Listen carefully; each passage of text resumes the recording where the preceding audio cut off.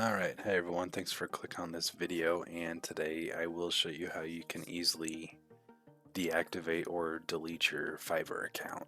So once you're in your Fiverr account, just click on your little logo right here, and then you'll want to click on the settings button. And luckily they make it easy to deactivate your account, so it's just going to be on this bottom section right here.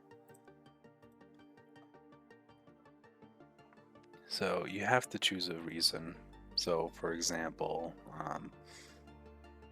something else, right? And then you can type in why you're deactivating it if it's not in this list of reasons.